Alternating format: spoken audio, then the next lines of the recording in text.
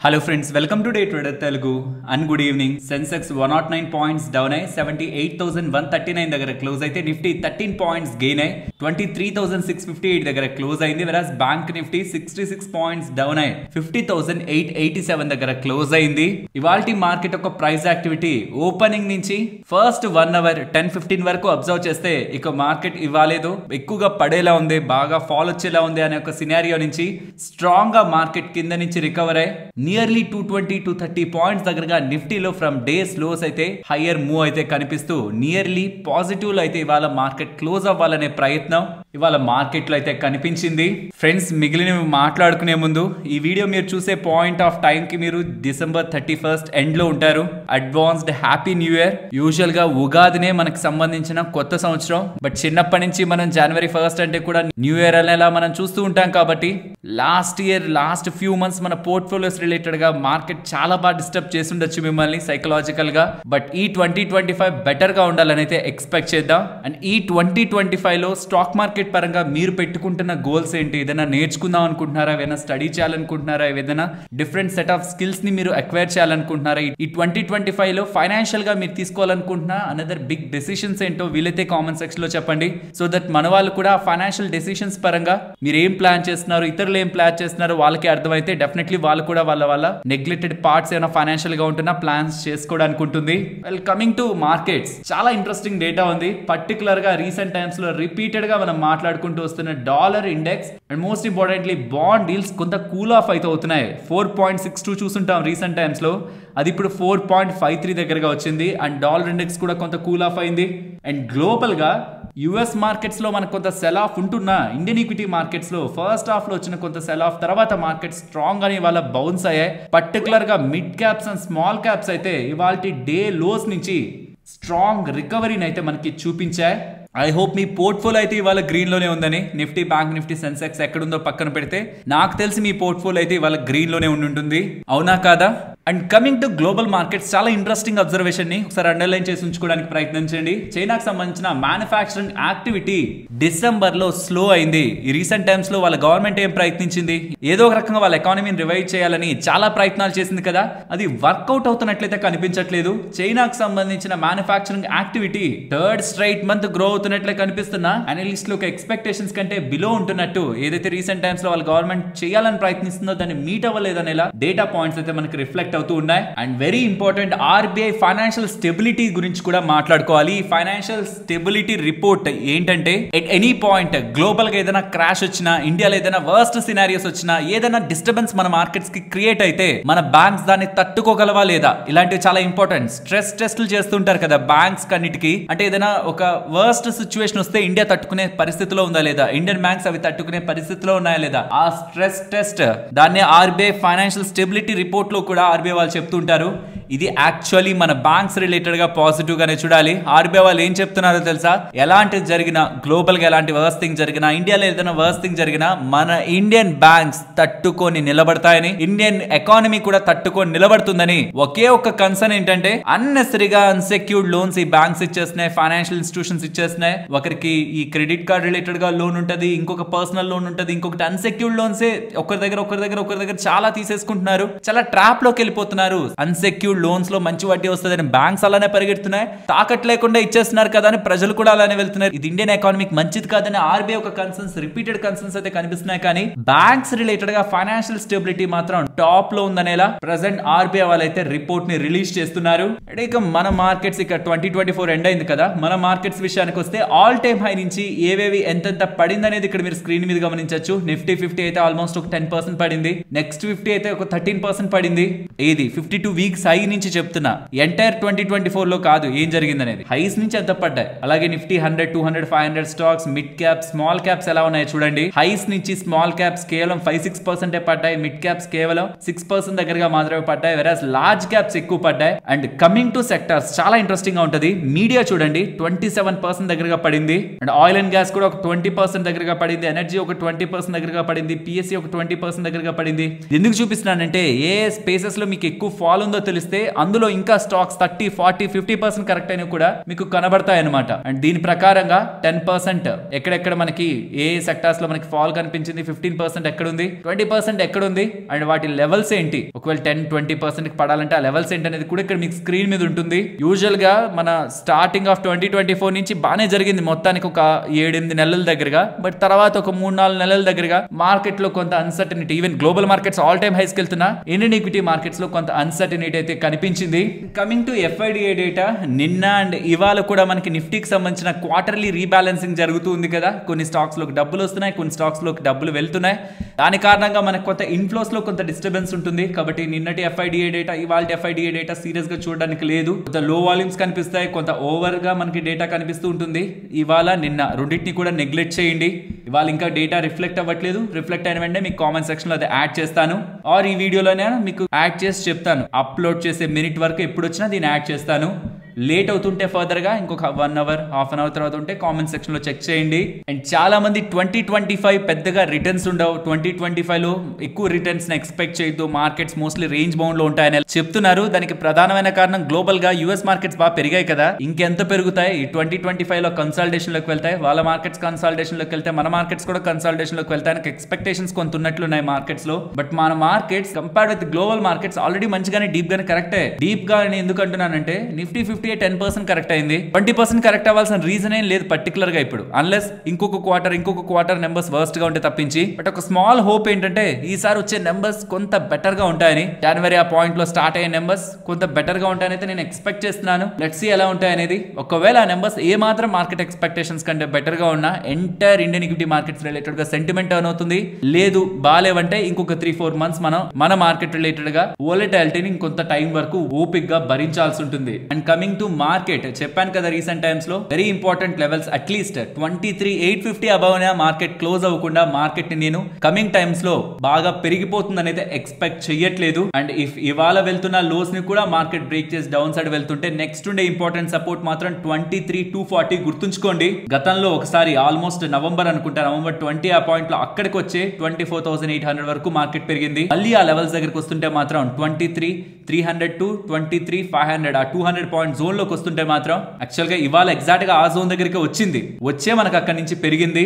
మరి ఆ లెవెల్స్ ఎక్కడ మాట్లాడుకున్నాం మనం ఈ క్రాష్ అనే వీడియోలో చివరిలో. ఒకవేళ మార్కెట్ ఇక్కడ నుంచి పడుతుంటే ఏ లెవెల్స్ కి వస్తున్నప్పుడు ఇంపార్టెంట్ సపోర్ట్స్ అన్న దాంట్లో డిస్కస్ చేసుకున్నాం. 23,500 to 23,300 ఇంపార్టెంట్ సపోర్ట్. ఇవాళ మార్కెట్ లో 23,460, సో సుమారుగా 200 పాయింట్ జోన్ దగ్గరకు వచ్చినప్పుడు ఇవాళ మార్కెట్ మళ్ళీ అగైన్ బౌన్స్ అయింది. బట్ అదేమంత కాన్ఫిడెంట్ గా బౌన్స్ అయినట్టేం కాదు. అండ్ రీసెంట్ టైమ్స్ లో ఆఫ్టర్ ఏ షార్ప్ ఫాల్ తర్వాత మీరు డైలీ క్యాండిల్స్ చూస్తే ఈ రెడ్ క్యాండిల్ తర్వాత ఇంకే క్యాండిల్ కూడా అంత స్ట్రాంగ్ గ్రీన్ క్యాండిల్ ఫార్మ్ అవ్వలేదు. ఫర్దర్ గా కూడా బ్రేక్ డౌన్ అయింది. కాబట్టి అన్లెస్ మార్కెట్ ఈ 23,850 అబౌవ్ క్లోజ్ అవ్వందే, అంటే ఇక్కడ అన్ని ఈ రెడ్ క్యాండిల్ తర్వాత ఉన్న అన్ని క్యాండిల్స్ ఒక బాడీస్ హై అబౌవ్ క్లోజ్ అవ్వందే మార్కెట్ ని షార్ట్ టర్మ్ లో బాగా పెరిగిపోతుందని ఒక ఆలోచనతో అయితే నేను చూడట్లేదు. లాంగ్ టర్మ్ మాత్రం జస్ట్ ఈ క్వార్టర్లీ నెంబర్స్ ఒక్కటి బాగుంటే చాలు, మెయిన్ నెంబర్స్ అన్ని బాగుంటే చాలు.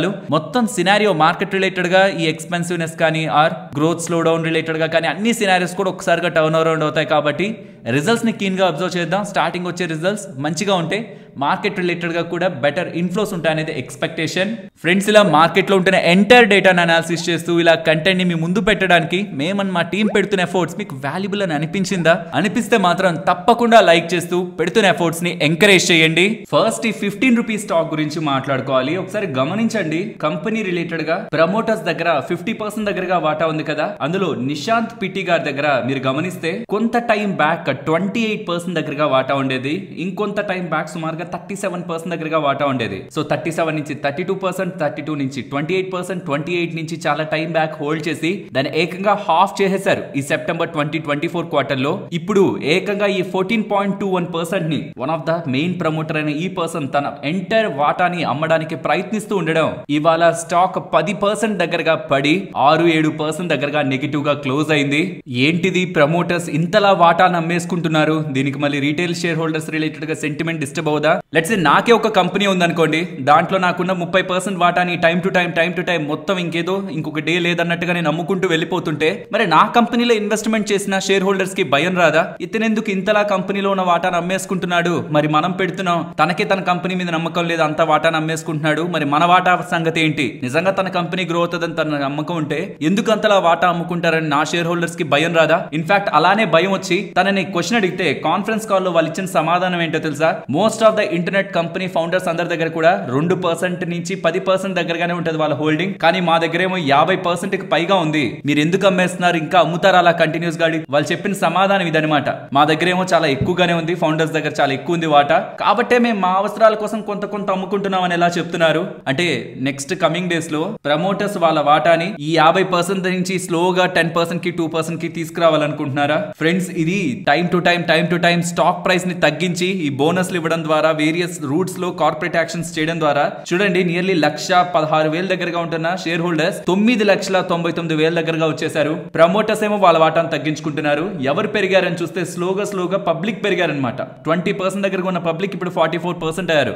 ఎఫ్ఐఎస్ అయితే సుమారుగా సిమిలర్ గానే ఉన్నారు అండ్ డిఐఎస్ కూడా చాలా టైం బ్యాక్ నుంచి సిమిలర్ గానే ఉన్నారు. ఎవరు రీసెంట్ టైమ్స్ లో పెరుగుతున్నారంటే రీటైలర్స్. ఎందుకు పెరుగుతున్నారంటే స్టాక్ ప్రైస్ రిలేటెడ్ గా వాళ్ళకి మంచిగా అట్రాక్టివ్ గా కనిపిస్తూ ఉండడం. అలా అని వీళ్ళు ఏం చెయ్యట్లేదా అంటే కాదు, వీళ్ళు చాలా attractive business, in fact futuristic business లోనే ఉన్నారు. కానీ తర్వాత స్లోగా వాళ్ళు స్టాక్ ప్రైస్ ని చిన్నది చేయడానికి చేసే ప్రయత్నాలు కానివ్వండి, ప్రమోటర్స్ వాళ్ళ వాటాలు నమ్ముకునే ప్రయత్నాలు కానివ్వండి, and various other non core business లోకి, ఎలక్ట్రిక్ వెహికల్స్ లోకి, వేరియస్ థింగ్స్ లోకి వీళ్ళు ఎంటర్ అయ్యే ప్రయత్నాలు కానివ్వండి, ఇవన్నీ కూడా కొంత కంఫర్ట్ లేనివి. బట్ ఐ హోప్ ఎవరెవరైతే రీటైల్ ఇన్వెస్టర్స్ దీంట్లో ఉన్నారో కమింగ్ టైమ్స్ లో కంపెనీ మంచిగా పర్ఫార్మ్ చేసి వాళ్ళందరికీ కూడా మంచి రిటర్న్స్ ని డెలివర్ చేయాలని. బట్ ప్రమోటర్స్ ఏ లాజిక్ చెప్పకుండా కంప్లీట్ గా వాళ్ళ వాటాలని అమ్ముకొని బయట వెళ్ళిపోదామని చూస్తున్న ఈ ప్రయత్నాన్ని మాత్రం మార్కెట్ అయితే సీరియస్ గా తీసుకుంది. ఎవరైనా ఈజ్ మై ట్రిప్ లో స్టాక్స్ ని హోల్డ్ చేస్తున్నా, దీని ఒకవేళ కంటిన్యూస్ గా ట్రాక్ చేస్తున్నా ఒకసారి కామెంట్ సెక్షన్ లో చెప్పండి. మన వాళ్ళు ఎంతమంది దీంట్లో ఉన్నారన్న దాన్ని బట్టి కమింగ్ టైమ్స్ లో దీని రిలేటెడ్ గా ఇంకాస్త ఇన్ఫర్మేషన్, టోటల్ ఇన్ఫర్మేషన్ కూడా డీటెయిల్డ్ గా ఇంకా డీప్ గా చెప్పడానికి అయితే ప్రయత్నిస్తాను.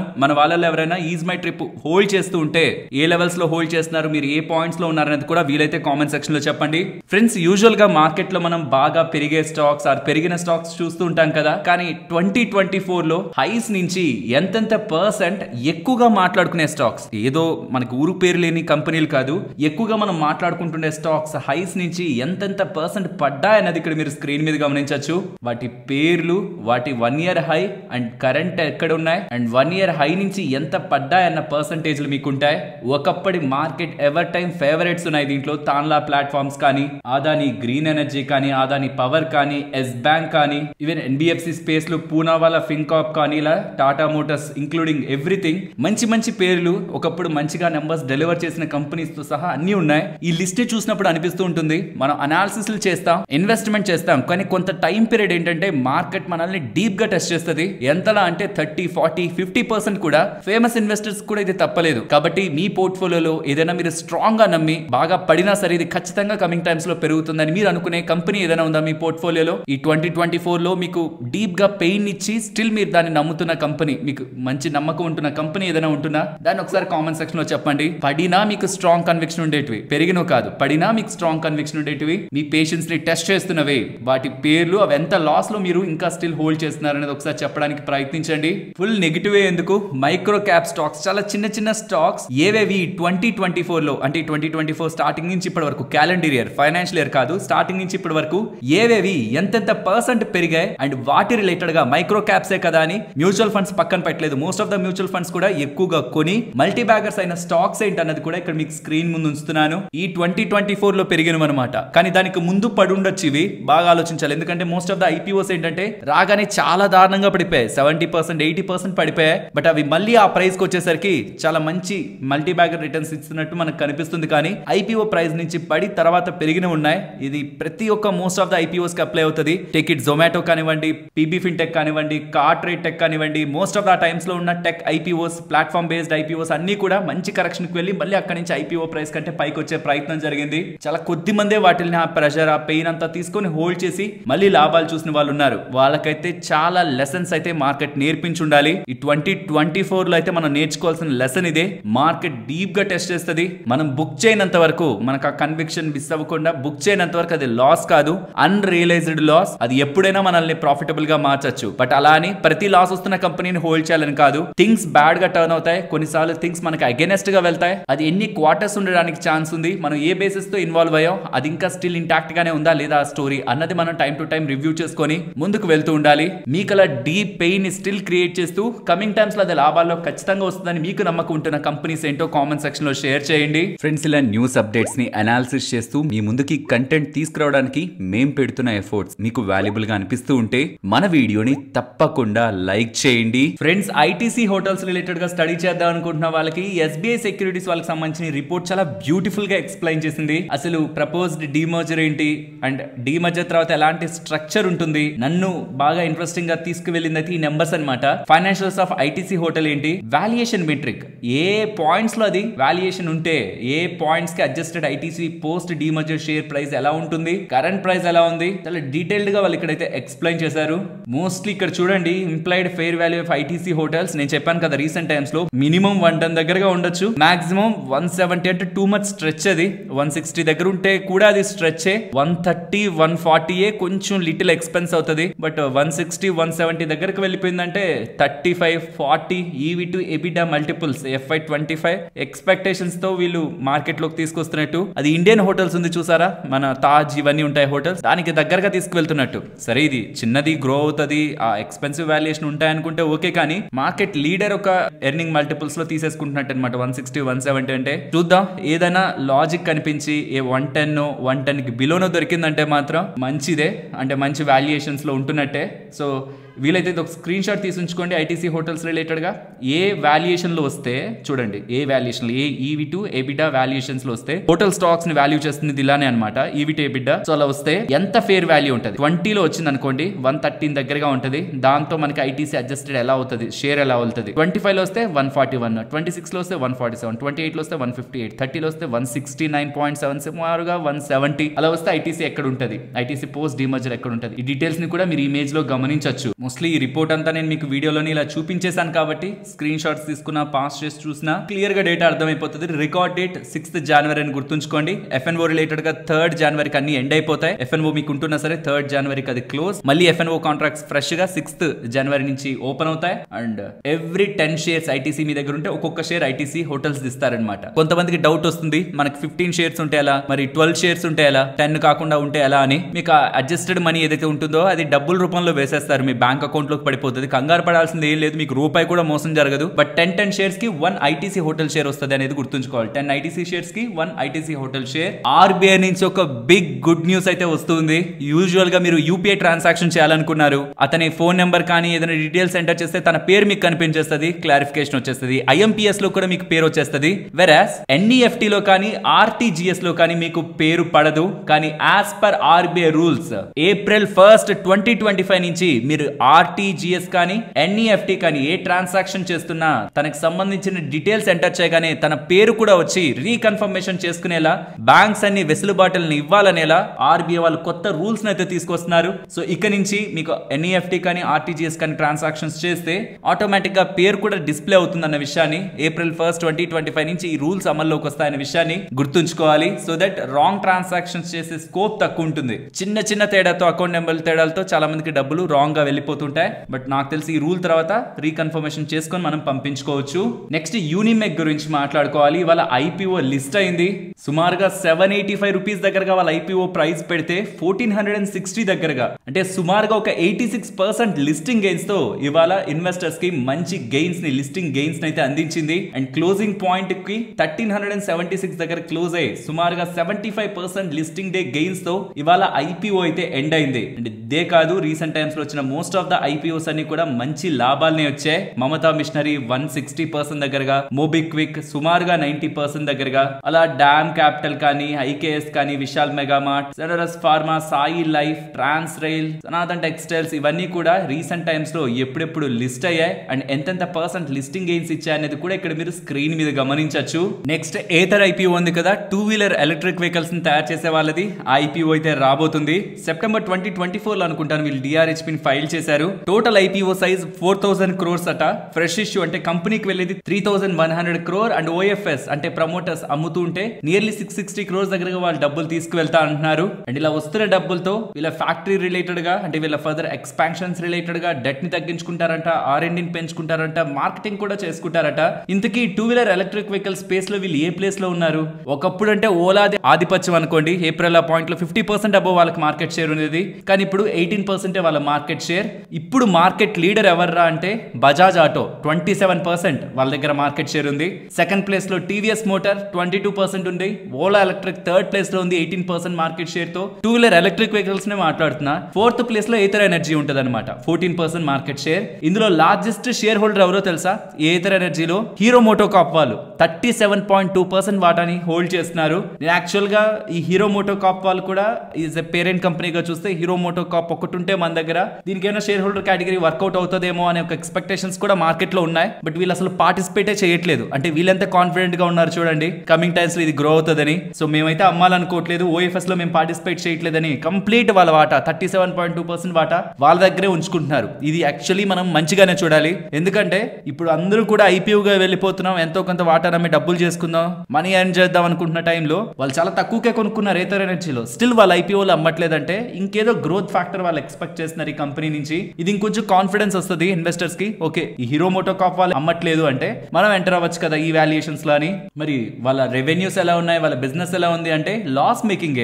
ఆల్మోస్ట్ వాళ్ళ రెవెన్యూ 1753 crore అయితే నెట్ లాస్ 1060 crores దగ్గరగా ఉంటది. మార్జిన్స్ 9%. ఇవన్నీ కూడా ఓలా ఎలక్ట్రిక్ తో కంపేర్ చేస్తే తక్కువే. ఎందుకంటే వీళ్ళు 1700 crore రెవెన్యూలో ఉంటే ఏతర వాళ్ళు, ఓలా ఎలక్ట్రిక్ వాళ్ళు 5000 crore లో ఉంటారన్నమాట రెవెన్యూలో. అండ్ 1700 crore కి ఏతర వాళ్ళు 1060 crore లాస్ పోస్ట్ చేస్తే ఓలా ఎలక్ట్రిక్ వాళ్ళు 5000 crore రెవెన్యూకి 1500 crore లాస్ పోస్ట్ చేస్తున్నారు. అండ్ మార్జిన్స్ కూడా ఏతర వాళ్ళు 9%, ఓలా ఎలక్ట్రిక్ వాళ్ళు 12.5%. అంతట్లో మనకు ఓలా ఎలక్ట్రిక్ కే ఎడ్జ్ కనిపిస్తుంది. బట్ బ్రాండ్ ఇమేజ్ అయితే రీసెంట్ టైమ్స్ లో డ్యామేజ్ అవుతుంది కదా, అదొక్కటే కన్సర్న్ ఓలా ఎలక్ట్రిక్ కి. లేదంటే అసలు ఈ ప్రైస్ లో అది కనిపించాల్సిందేం కాదు. ఒక్క బ్రాండ్ ఇమేజ్ ని కాపాడుకోంటే అసలు ఎంటైర్ ఓలా ఎలక్ట్రిక్ స్టోరీ వేరేగా ఉండేదేమో. Just because of brand image ని, సర్వీసెస్ ని ప్రాపర్ గా ఇవ్వకపోవడం వల్ల చాలా మంచి గ్రోత్ స్టోరీని అయితే వాళ్ళు కొంచెం మిస్ అయ్యి వాళ్ళ మార్కెట్ షేర్ ని బజాజ్ ఆటో వాళ్ళకి, టీవీఎస్ వాళ్ళకి, మిగతా ఈవీ ప్లేయర్స్ కి స్ప్రెడ్ చేసేసుకున్నారు. లెట్స్ సీ కమింగ్ టైమ్స్ లో ఏథర్ అండ్ ఓలా ఎలక్ట్రిక్ ఎలా పర్ఫార్మ్ చేస్తాయని. ఇవి రెండే ప్యూర్ ఎలక్ట్రిక్ వెహికల్ కంపెనీస్ అనమాట. మిగిలినవన్నీ కూడా వేరే వేరే ఇంజిన్స్ తో కూడా సెల్ చేస్తుంటే వీళ్ళే 2-wheeler లో ప్యూర్ ఎలక్ట్రిక్ వెహికల్ కంపెనీస్ గా కమింగ్ టైమ్స్ లో మనకు మార్కెట్ లో అయితే కనిపిస్తారు. నెక్స్ట్ RVNL వాళ్ళకి వచ్చిన ఒక ఆర్డర్ గురించి నిన్నటి వీడియోలో మాట్లాడుకున్నాం కదా. బట్ ఇవాళ వీళ్ళకి 404 crore విలువ చేసే ఆర్డర్ ఈస్ట్ కోస్ట్ రైల్వే వాళ్ళ దగ్గర నుంచి లభించిందనేలా for Waltair division road doubling project and ఇతర వర్క్స్ రిలేటెడ్ గా వీళ్ళకి ప్రాజెక్ట్ లభించినట్లు ఎక్స్చేంజెస్ కి అయితే అప్డేట్ చేశారు. నెక్స్ట్ సుజలాన్ గురించి మాట్లాడుకోవాలి. వీళ్ళకి క్రిసిల్ వాళ్ళ రిలేటెడ్ గా రేటింగ్ అప్గ్రేడ్ అయితే దొరికింది. ప్రీవియస్ గా క్రిసిల్ BBB- ఉండేది, ఇప్పుడు దాన్ని క్రిసిల్ BBB+ కి అయితే అప్గ్రేడ్ చేశారు. Long term rating and short term rating కూడా A3 నుంచి A2 కి అప్గ్రేడ్ అయినట్టు సుజలాన్ వాళ్ళు అప్డేట్ చేస్తున్నారు. అలాగే సుజలాన్ వాళ్ళకి 173 crore దగ్గరగా ఇన్కమ్ ట్యాక్స్ రీఫండ్ పరంగా వాళ్ళకి పాజిటివ్ డెవలప్మెంట్ నిన్నటి వీడియోలో మాట్లాడుకున్నామా. దాంతో పాటు ఇవాళ వస్తున్న అనదర్ అప్డేట్, సుమారుగా 87.6 crores విలువ చేసే పెనాల్టీ ఆర్డర్ కూడా ట్యాక్స్ డిపార్ట్మెంట్ IT వాళ్ళు క్యాన్సిల్ చేస్తున్నట్టు ఇంకొక పాజిటివ్ అప్డేట్ కూడా సుజలాన్ పరంగా కనిపిస్తుంది. నెక్స్ట్ ప్రతాప్ స్నాక్స్ గురించి మాట్లాడుకోవాలి. ఇవాళ స్టాక్ అయితే పెరిగింది, కానీ వాళ్ళ జమ్మూ మ్యానుఫ్యాక్చరింగ్ ప్లాంట్ లో ఫైర్ ఇన్సిడెంట్ అయిందని వీళ్ళు ఎక్స్చేంజెస్ కి నిన్న మార్కెట్ క్లోజ్ అయ్యాక అప్డేట్ చేస్తుండడం స్టాక్ ఇవాళ డౌన్ లో ఓపెన్ అయింది. కానీ దాని తర్వాత మాకు ఇన్సూరెన్స్ ఉంది, మేమంతా క్లెయిమ్ చేసుకుంటాం, ఎటువంటి ఇష్యూ కాలేదు, ప్రాణహాని కూడా ఎవరికి జరగలేదు, అంతా బాగుందనేలా వీళ్ళు స్టేట్మెంట్స్ చేస్తూ ఉండడం డౌన్ లో ఓపెన్ అయింది. కాస్త అక్కడి నుంచి సుమారుగా ఒక 6% దగ్గరగా పెరిగి పాజిటివ్ లో 3% దగ్గరగా క్లోజ్ అయింది. అండ్ ఫ్రెండ్స్, సోషల్ మీడియాలో మీకు ష్రింప్ రిలేటెడ్ గా ఇండస్ట్రీకి క్యాలెండర్ ఇయర్ 2025 అంటే నెక్స్ట్ ఇయర్ చాలా బాగుంటుందని, బ్రైట్ ఇయర్ గా ఉంటుందని, బికాస్ ఈక్విడార్ లో ఎలక్షన్స్ ఉన్నాయి. ష్రింప్స్ రిలేటెడ్ గా, వాటి పాలసీస్ రిలేటెడ్ గా ఇంట్రెస్టింగ్ థింగ్స్ తీసుకురావాలనుకుంటున్నారు. దాని కారణంగా ఇండియాలో ఉంటున్న shrimp stocks like Avanti Feeds కానీ, ఎపెక్స్ ఫ్రోజన్ ఫుడ్స్ కానీ, వాటర్ బేస్ కానీ, కోస్టల్ క్రాప్ కానీ వీటికి లాభం చేకూరుతుందనేలా ఊహాగానాలతో వాళ్ళ స్టాక్స్ కూడా పెరిగాయనేలా సోషల్ మీడియాలో మీకు దీని రిలేటెడ్ గా ఫుల్ గా స్పెక్యులేషన్స్ అయితే కనిపిస్తూ ఉంటాయి కదా. దీనికి రీజన్ ఉంది, దీని గురించి మనం డీటెయిల్డ్ గా మాట్లాడుకుందాం. ఇన్క్రెడ్ వాళ్ళు ఏం చెప్తున్నారనేది నేను మీకు కొంచెం ఎక్స్ప్లెయిన్ చేస్తాను. సోషల్ మీడియాలో అయితే మీకు కేవలం నెక్స్ట్ ఇయర్ బాగా పెరిగిపోతాయి ష్రింప్ స్టాక్స్ అని ఉంటుంది. బట్ దానికి లాజిక్ ఏంటంటే, ఈక్వెడార్ లో ఈ మిడ్ ఇయర్ లో మనకి ఎలక్షన్స్ ఉన్నాయి. ఆ ఎలక్షన్స్ కారణంగా ఈ ష్రింప్స్ ఇండస్ట్రీ రిలేటెడ్ గా వాళ్ళు కొన్ని కొత్త పాలసీలు తీసుకురావాలని అంటున్నారు. దాని కారణంగా ఇండియన్ కంపెనీస్ కి లాభం వస్తుందనేలా ఒక వాదన మనకు వినిపిస్తూ ఉంటే, యూజువల్ గా చైనా అండ్ యుఎస్ఏ రిలేటెడ్ గా కూడా ఈ ష్రింప్ ఇన్వెంటరీస్ కొంత ఎక్కువగానే ఉంటాయి. ఈ ష్రింప్ రిలేటెడ్ గా వాళ్ళు కూడా మంచి ఎక్స్పోర్ట్స్ లోనే ఉంటారు. కానీ రీసెంట్ టైమ్స్ లో వాళ్ళ దగ్గర నుంచి ఎక్స్పోర్ట్స్ తగ్గుతూ వాళ్ళ ఇన్వెంటరీస్ అన్ని తగ్గుతూ ఉండడం, వెరాష్ వీటికి సంబంధించిన మీల్, ఫిష్ మీల్ కానివ్వండి, సోయ్ మీల్ కానివ్వండి, వాటి ప్రైజెస్ తగ్గుతూ ఉండడం బాగా అర్థం చేసుకోవాలి. గ్లోబల్ గా మన ఇండియన్ కంపెనీస్ రిలేటెడ్ గా డిమాండ్ పెరిగే సినారియో ప్లస్ ఇప్పటి వరకు ఎవరెవరైతే సప్లై చేస్తూ వచ్చారో యుఎస్ కానివ్వండి, చైనా కానివ్వండి, వాళ్ళ దగ్గర నుంచి ఉంటున్న సప్లై తగ్గుతూ ప్లస్ ఇన్పుట్ కాస్ట్ అయిన fish meal, soy meal related గా ప్రైజెస్ కూడా, ఇన్పుట్ కాస్ట్ ప్రైజెస్ కూడా తగ్గుతూ ఉండడం, ఇవి చాలు మన ఇండియన్ ఇండస్ట్రీ రిలేటెడ్ గా గుడ్ గ్రోత్ కనిపిస్తూ ముందుకు వెళ్ళడానికి. దాని కారణంగానే యుఎస్ కి ఇండియన్ ష్రింప్ ఎక్స్పోర్ట్స్ సెప్టెంబర్ లో అండ్ అక్టోబర్ లో కూడా సుమారుగా 40% దగ్గరగా పెరిగాయని, గ్లోబల్ గా మన ఇండియన్ ష్రింప్ ఎక్స్పోర్ట్స్ డామినెన్స్ చూపిస్తుందని. ఈక్వెడార్ లో ఎలక్షన్స్ అన్నాను కదా, గత గవర్నమెంట్ ఏం చేసిందంటే ఈ ష్రింప్స్ ని ఎక్కువగా ప్రొడ్యూస్ చేసేలా ఓవర్ సబ్సిడీస్ ఇవ్వడం అండ్ మొత్తం కూడా ఈ ష్రింప్ మీద డిపెండ్ అయ్యేలా చేస్తూ ఉండడం. గ్లోబల్ గా ఏదైతే అవసరాలు ఉన్నాయో మొత్తాన్ని ఈక్వెడారే మొత్తం మెయింటైన్ చేస్తూ వచ్చింది. కానీ నెక్స్ట్ వచ్చే గవర్నమెంట్ దీని రిలేటెడ్ గా తీసుకునే పాలసీస్ తో మన ఇండియన్ కంపెనీస్ కి లాభం ఉంటుందని, దాని కారణంగానే ఈక్వెడార్ లో ఉంటున్న ప్రొడక్షన్ స్లో డౌన్ కూడా మన ఇండియన్ ష్రింప్ కంపెనీస్ కి లాభం చేకూరుస్తుందని ఎలా అప్డేట్స్ కనిపిస్తూ, దానికి తోడు వాటి ఇన్పుట్ కాస్ట్లు కూడా తగ్గుతున్నాయని అలా వస్తున్న అప్డేట్స్ అన్ని ఒక పక్క మనకి పాజిటివ్ గా ఈ ష్రింప్ ఇండస్ట్రీస్ లో మంచి రివైవల్ కనిపిస్తుందని ఎలా డేటా కనిపిస్తూ ఉంటే, అంత పాజిటివ్ నే కాదు కదా, మనం నెగిటివ్ గా కూడా చూడాలి. రీసెంట్ టైమ్స్ లో యుఎస్ డిపార్ట్మెంట్ ఆఫ్ కామర్స్ వాళ్ళు అన్ఎక్స్పెక్టెడ్ గా మన రిలేటెడ్ గా ఉంటున్న frozen warm water shrimp imports పై, మన దగ్గర నుంచి వాళ్ళ దగ్గరికి వెళ్తున్న ఇంపోర్ట్స్ పై యాంటీ డంపింగ్ డ్యూటీని విధించారనమాట. Not only from India, Ecuador, Vietnam, Indonesia వీళ్ళందరి దగ్గర నుంచి విధించారు. మనం కూడా విధిస్తూ ఉంటాం కదా యాంటీ డంపింగ్ డ్యూటీ. వేరే దేశాల నుంచి మన దేశాల్లోకి ఏదైనా వస్తుంటే మీరు వచ్చి ఇక్కడ అమ్మేస్తే అలా మా దగ్గర మరి వీటి రిలేటెడ్ గా బిజినెస్ చేసే వాళ్ళకి నష్టం వస్తుంది. కాబట్టి ఎవరెవరైతే మా వాళ్ళు ఇక్కడ లోకల్ గా ప్రొడ్యూస్ చేసే వాళ్ళకి నష్టం చేస్తున్నారో, మీరు తీసుకొస్తున్న సరుకులపై మేము మీకు ట్యాక్స్లు వేసేస్తాం, ఎక్కువ ప్రైజ్లు వేసేస్తాం, మీ మీద ట్యాక్స్లు అంటారు కదా, మన వాళ్ళు కూడా అంటారు కదా. అలానే యుఎస్ వాళ్ళు కూడా వాళ్ళ దగ్గర ఉంటున్న ష్రింప్ ప్రొడ్యూసర్స్ ని కాపాడుకోవడానికి వేరే దేశాల నుంచి వస్తున్న ఇంపోర్ట్స్ పై, ఇండియా, వియత్నాం, ఇండోనేషియా, ఈక్వెడార్ నుంచి వస్తున్న shrimp, warm water shrimp imports పై యాంటీ డంపింగ్ డ్యూటీని అయితే విధించారు. దీని కారణంగా ఈక్వెడార్ పై భారీ ఇంపాక్ట్ పడింది. అండ్ అడిషనల్ గా ఇది మన ఇండియన్ ఎక్స్పోర్టర్స్ మీద కూడా ఇంపాక్ట్ అయితే చూపించింది. కాబట్టి మీరు గమనించండి, ఈ డిసెంబర్ క్వార్టర్ నెంబర్ లో most of the shrimp stocks పై ఇంపాక్ట్ నెంబర్స్ లో కూడా కనిపిస్తుంది. అండ్ ఈక్వెడార్ లో ఎలక్షన్స్ ఉన్నాయి, అక్కడ పాలసీలు మారుతాయి, ఒప్పుకుంటాను. కానీ ఈక్వెడార్ లో మనకంటే కొంత బెటర్ ఫేవరబుల్ కండిషన్స్ ఉన్నాయన్నమాట ఈ ష్రింప్ రిలేటెడ్ గా. కాబట్టి మన దగ్గర మొత్తం ఎంటైర్ కాస్ట్ ని, వాళ్ళ దగ్గర ఎంటైర్ కాస్ట్ ని మనం మ్యాచ్ చేసినప్పుడు వాళ్ళకి ఇంకా తక్కువ కాస్ట్ లోనే అవుతాయి. అండ్ ఈవెన్ వాళ్ళ రిలేటెడ్ గా డ్యూటీస్, యూఎస్ఏ వేస్తున్న డ్యూటీస్ కూడా డిఫరెంట్ గా ఉంటున్నాయి స్టడీ చేస్తున్నప్పుడు. సో నెట్ టు నెట్ వాళ్ళు మనం ఒకేసారి పోటీ పడ్డామంటే ఎక్స్పోర్ట్ మార్కెట్ లో ఈక్వెడార్ కే ఎడ్జ్ ఉంది. కానీ అక్కడ ఉంటున్న గవర్నమెంట్ కానీ దాన్ని డిస్కరేజ్ చేయాలనే ప్రయత్నం, లేకపోతే ఇంకేనా దాని రిలేటెడ్ గా ప్రొడక్షన్ రిలేటెడ్ గా ఏదైనా ఇప్పటి వరకు ఉంటున్న బెనిఫిట్స్ ని తీసేయాలనే ప్రయత్నం చేస్తే తప్పించి, ఒక డ్రాస్టిక్ చేంజెస్ తీసుకొస్తే తప్పించి ఒక బిగ్ రెవల్యూషన్ మన సైడ్ ఉంటుందని కూడా మనం ఎక్స్పెక్ట్ చేయలేం. ఇది ఎలా ఉందంటే 50-50 ఛాన్సెస్ లా కనిపిస్తుంది. ఈక్వెడార్ వాళ్ళు ఏం చేస్తున్నారు ఈ మీడియా లో, ఈ ఎలక్షన్స్ తర్వాత ఏ పాలసీలు తీసుకుంటున్నారు అని దాన్ని బట్టి ఇదైతే జూమ్ అయిన అవుతుంది. బాగా చాలా మంచి ఎక్స్పెక్టెడ్ కంటే కూడా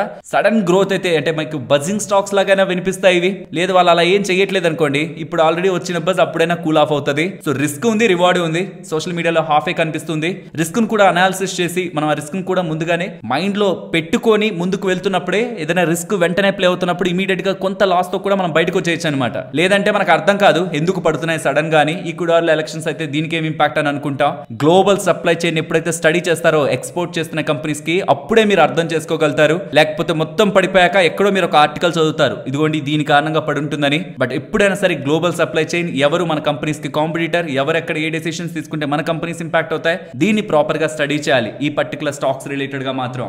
నెక్స్ట్ సోడా యాష్ రిలేటెడ్ గా ఉంటున్న కొన్ని కెమికల్ ప్లేయర్స్ గురించి మాట్లాడుకోవాలి. Government of India minimum import price ని పెట్టింది. ఆ డాక్యుమెంట్ మీకు స్క్రీన్ ముందు పెడుతున్నాను. ఆ డాక్యుమెంట్ లో ఉంటున్న డేటా ప్రకారం మినిమం ఇంపోర్ట్ ప్రైస్ ఒక మెట్రిక్ టన్ కి 20,108 రూపీస్ దగ్గరగా ఉండాలని ఈ స్కీమ్ జూన్ 30, 2025 లోంచి అమల్లోకి వస్తుందని ఇలా చెప్తున్నారు. దీని కారణంగా సోడా యాష్ తయారు చేస్తున్న వాళ్ళు, ఈ DCW కానీ, GHCL కానీ, టాటా కెమికల్స్ కానీ, వాళ్ళకి ఏదైనా ఇంపాక్ట్ ఉంటుందా అంటే, యాక్చువల్ గా అయితే యూజువల్ గా ఇలాంటి రిస్ట్రిక్షన్స్ తో పాజిటివ్ ఇంపాక్ట్ ఉండాలన్నమాట. కానీ పెడుతున్న రిస్ట్రిక్షన్ ప్రైస్ అనేది చాలా నారోగా ఉంది. మన ఇండియన్ సోడా యాష్ యాక్చువల్ గా 21 రూపీ, 22 రూపీ పర్ కేజీ దగ్గరగా అమ్మేస్తూ ఉంటారు. అండ్ ఇక్కడ పెడుతున్న రిస్ట్రిక్షన్ కూడా సుమారుగా దానికి దగ్గరగానే ఉంది. కాబట్టి మన ఇండియన్ కంపెనీస్ కి అడ్వాంటేజ్ వచ్చేలా, ఫారెన్ కంపెనీస్ డిస్కరేజ్ చేసేలా కూడా ఏం లేదు. ఇది ఆబ్వియస్లీ స్టెబిలైజ్ చేస్తుంది, ప్రెసెంట్ ఉన్న ప్రైస్ ని స్టెబిలైజ్ చేస్తుంది. కానీ ఓవర్ గా ఫారెన్ నుంచి వస్తున్న ఇంపోర్ట్స్ ని రిస్ట్రిక్ట్ చేసి మన ఇండియన్ ప్లేయర్స్ కి మంచి బెనిఫిట్ ఇస్తుంది అనేలా మాత్రం నాకైతే ఈ రిపోర్ట్ అయితే కనిపించట్లేదు, డిసిషన్ అయితే కనిపించట్లేదు. నెక్స్ట్ నిఫ్టీ అలాగే bank Nifty support and resistance present ఉన్న లెవెల్స్ నుంచి